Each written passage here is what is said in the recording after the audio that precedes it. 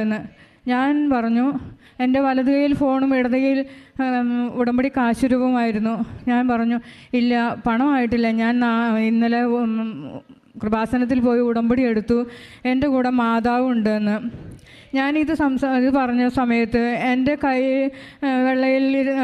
ഉള്ളം കൈയിലിരുന്ന മാതാവിൻ്റെ ഹൃദയം ഭയങ്കര ശക്തിയായിട്ട് തുടിക്കുകയും എൻ്റെ വിരലുകളെല്ലാം തെറിക്കുന്ന വിധത്തിൽ ഉള്ളം കൈ വളരെയേറെ വിങ്ങുന്ന രീതിയിൽ മാതാവിൻ്റെ ഹൃദയമെടുപ്പ് എനിക്ക് അനുഭവപ്പെട്ടു. അന്ന് ഞാൻ തീർച്ചയാക്കി എൻ്റെ അമ്മയുടെ വിമല ഹൃദയത്തിലേക്ക് എന്നെ ചേർത്ത് പിടിച്ചതാണ്. ഇനി ഞാൻ പുറകോട്ടില്ല, എനിക്ക് എല്ലാം നന്മയ്ക്കായിട്ട് തന്നെ തീരും. എൻ്റെ ഇന്നേ വരെയുള്ള പ്രാർത്ഥനകളൊന്നും വിഫലമായിട്ടില്ല, എല്ലാം എൻ്റെ ഈശോയുടെ അടുത്ത് എത്തിയിട്ടുണ്ട് എന്നുള്ള ഉറപ്പ് എനിക്ക് കിട്ടി.